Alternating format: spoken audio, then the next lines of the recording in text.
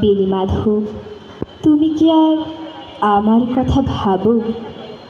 বেণী মাধব মোহনে বাঁশি তমাল তরুমূলে বাজিয়েছিল।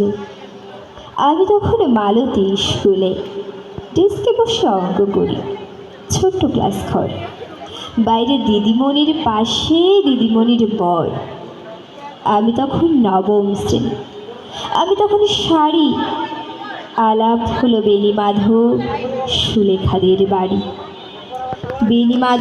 বেণী মাধব লেখাপড়ায় ভালো, শহর থেকে বেড়াতে এলে আমার রং কালো। তোমায় দেখে এক দৌড়ে পালিয়ে গেছি ঘরে। বেণী মাধব, আমার বাবা দোকানে কাজ করে। কুঞ্জে অলিগুঞ্জে তবু ফুটেছে মঞ্জুরি। সন্ধ্যাবেলা পড়তে বসে অঙ্কে ভুল করি। আমি তখন নবম শ্রেণী, আমি তখন 16।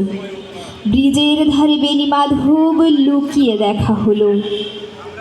বেণী মাধব, এত দিনের পরে সত্যি বলো, সেসব কথা এখনো মনে পড়ে? সেসব কথা বলেছ তুমি তোমার প্রেমিকাকে?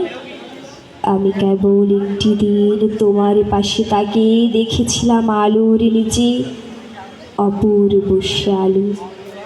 স্বীকার করি দুজনকেই মানিয়েছিল ভালো। জুড়িয়ে দিল চোখ আমার, পুড়িয়ে দিল চোখ। বাড়িতে এসে বলেছিলাম ওদের ভালো হোক। রাত্রে এখন ঘুমাতে যাই একতলার ঘরে। মেঝের উপর বিছানা পাতা, জ্যোৎস্না এসে পড়ে। আবার পরে জীবন ছিল চোরা পথের বাঁকে মিলিয়ে গেছে। জানি না আজ কার সঙ্গে থাকে। আজ জুটেছে, কাল কি হবে? কালের ঘরে শনি। আমি এখন এই পাড়ায় সেলাই দিদিমণি। তবু আগুনে বেণী মাধব, আগুনে জলে কই। কেমন হবে আমিও যদি নষ্ট মেয়ে হই? কেমন হবে আমিও যদি নষ্ট মেয়ে হই? কেমন হবে আমিও যদি নষ্ট মেয়ে হই?